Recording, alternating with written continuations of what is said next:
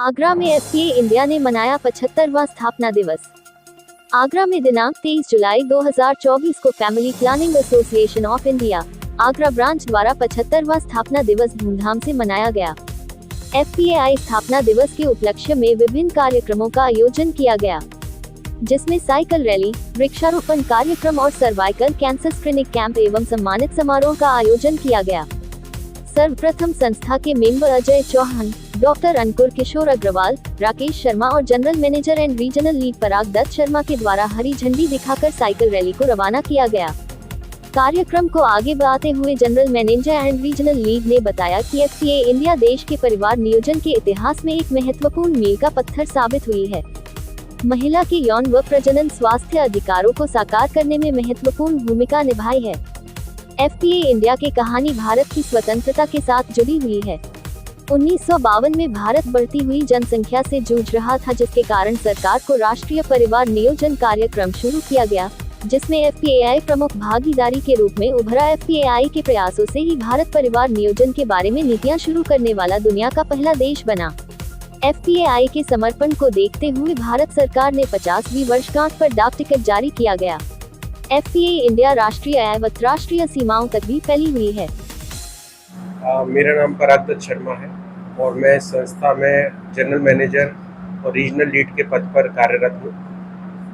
और इस संस्था की शुरुआत हम लोगों ने 1949 में करी थी। हमारा देश आज़ाद हुआ था 1947 में और उसके बाद में 1949 में हमने संस्था की शुरुआत करी थी। एक छोटा सा पौधा लगाया था और इस पौधे को लगाने में धनवंतरी रामाराव जी और आबाबाई वाडिया जी का बहुत बड़ा योगदान है। वही इस संस्था की संस्थापक रहे हैं और धीरे धीरे संस्था ने इतनी उन्नति करी और आज अगर देखा जाए तो हम 75वें साल पे आके खड़े हो गए। और 75वें साल तक हमने फैमिली प्लानिंग के ऊपर और महिलाओं के ऊपर और बच्चों के ऊपर अलग अलग क्षेत्र में बहुत काम किया है। और मेरा ये मानना है कि अभी बहुत काम करना अभी बाकी है, क्योंकि किसी भी संस्था के लिए कोई भी ऐसा क्षण नहीं आता कि अब हम रुक जाए। मुझे लगता है कि अभी और भी जो कम्युनिटी में लोग हैं उनको बहुत आवश्यकता है, अवेयरनेस की भी आवश्यकता है और सर्विसेज की आवश्यकता है। तो हमने 2008 में यहाँ पर आगरा में एक क्लिनिक की स्थापना करी थी, रिप्रोडक्टिव चाइल्ड हेल्थ के ऊपर RHFPCA करके हमने एक यूनिट खोली थी। और वो यूनिट हमारी सेफ एबॉर्शन, फीमेल स्टरलाइजेशन, इसके ऊपर स्पेसिफिकली कार्य कर रही है।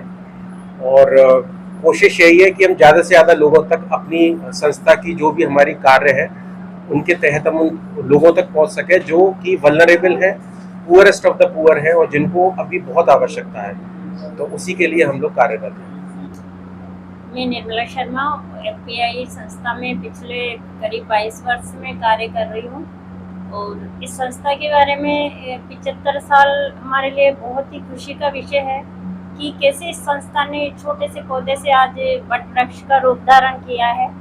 और ये वह संस्था है जो कि कहीं पे जब परिवार नियोजन के बारे में भी लोग नहीं जानते थे, तब इस संस्था ने पहली बार परिवार नियोजन को लेके आई।